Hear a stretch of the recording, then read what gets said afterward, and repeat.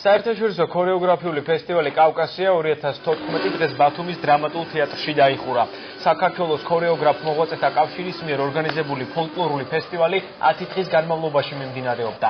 9 ქვეყნის 3500-მდე მოსწავლეები საქართველოს სხვადასხვა ქალაქში მასტერკლასებითა და სამეცნიერო კონფერენციებით ჩაატარეს. რუსეთს შეეჯიბრა ერევანი. მოავლინა 5 ანსამბლები ისრაელიდან, უკრაინიდან, აზერბაიჯანიდან, სომხეთიდან, თურქეთიდან. ეს ყველაფერი კეთდება ჩვენი ახალგაზრდობის, ჩვენი ბავშვების, ჩვენი სტუდენტების ხვალისათვის, მათი მომავლისათვის. აქ 5 დღეა რაც იმყოფები, ძალიან ბევრია მონაწილე გავიქანი და ძალიან მოწონს ეს ფესტივალი. ძალიან სახალისოა. ახლა თეპარს რაჭობს და ისე სანური, მციური და შევასწავლოთ ხესური.